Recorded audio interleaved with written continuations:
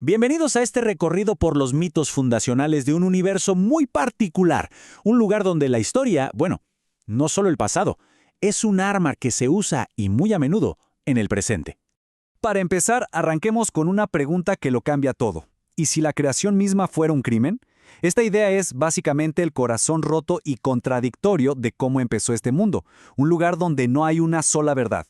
Muy bien, vamos a meternos de lleno en esto. Y es que, miren, aquí no hay una única historia verdadera, no hay un solo libro de historia. Estamos entrando en lo que podríamos llamar un cosmos fracturado, donde coexisten muchísimas historias sobre el origen, y casi todas se contradicen.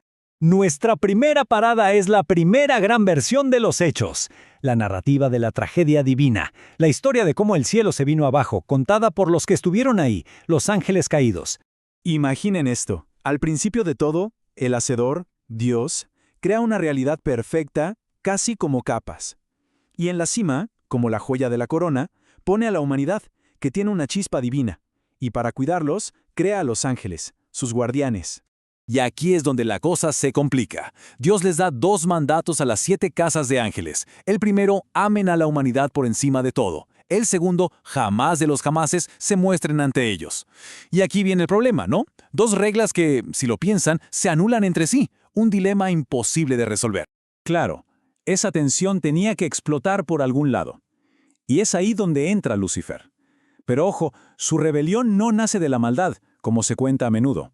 Nace de una elección radical: priorizar el amor por la humanidad por encima de la obediencia ciega a una orden contradictoria. Y bueno, esa decisión desató el caos, una guerra que literalmente partió la realidad en dos. Piensen en la noche interminable, con los rebeldes dándole a la humanidad todo el conocimiento. Eso provocó la caída y la pérdida del paraíso. Al principio era una guerra de ideas, casi poética, pero todo cambió cuando Caín inventa el asesinato. Y ahí todo se vuelve sangriento, letal. Al final, debilitados, divididos, los rebeldes pierden y son arrojados al infierno. Pero, esperen, esa es solo una historia. Ahora vamos a darle la vuelta por completo a la tortilla, porque los cambiaformas del mundo, ellos recuerdan algo muy, muy diferente. Un comienzo mucho más antiguo, más cósmico. Para ellos, el universo no empieza con un dios, sino con 3 fuerzas cósmicas primordiales, la triada. Está la tejedora, que es puro orden, patrones. El caos, que es cambio, la posibilidad infinita. Y el worm, que, antes era el equilibrio, la destrucción necesaria. Al principio los 3 bailaban en perfecta armonía. Gaia, que es como el alma del mundo, usó estas fuerzas para dar vida a sus hijos, los Fera. Entre ellos, los más conocidos quizá, los Garu, los hombres lobo, creados específicamente para ser sus guerreros, sus protectores. Pero ese equilibrio cósmico se hizo pedazos. Sucedió en un evento terrible conocido como la separación. La tejedora, obsesionada con el orden, trató de atrapar al Wyrm en su telaraña cósmica. Imaginen la presión, tanta que el Wyrm no solo se rompió, sino que enloqueció por completo. Así que pasamos de un cosmos en equilibrio, donde cada fuerza tenía su papel, a un universo totalmente desquiciado. El Wyrm, que antes era como el jardinero que podaba las ramas viejas para que todo creciera sano, ahora es una fuerza de pura corrupción, de maldad, en una guerra sin fin contra la tejedora. Ahora bien, ¿cómo se ven estas guerras cósmicas y divinas en la Tierra, en la prehistoria? Vamos a ver esos ecos, esas huellas que dejaron mucho antes de que se escribiera la primera palabra. La historia más antigua de la humanidad estuvo, sin que lo supiéramos, entrelazada con estos seres.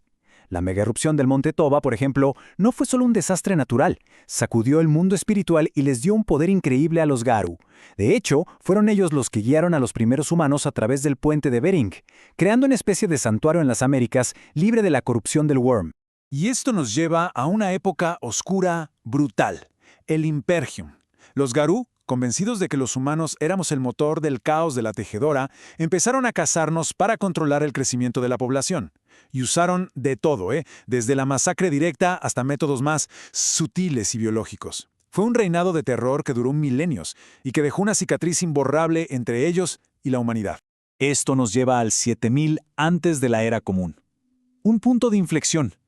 El Impergium finalmente termina con la Concordia, un pacto masivo entre las tribus Garú que básicamente funda su sociedad tal y como la conocen hoy. Ok, entonces tenemos estas dos grandes historias, y aquí es donde todo se junta, donde llegamos al corazón de este universo. al tema central que lo define todo. A ver, pongámoslas cara a cara. Por un lado tenemos la historia de los caídos, una tragedia casi bíblica sobre el amor, la rebelión, el libre albedrío. El mundo está roto por una decisión moral. Y por el otro, la historia de los Fera, una de terror cósmico con fuerzas impersonales. Aquí el mundo está roto por un desequilibrio fundamental de la realidad misma. Y aquí está la clave de todo, el punto más importante. El pasado no es algo que ya pasó. No, es la gasolina que alimenta cada pelea, cada guerra, cada traición en las noches modernas.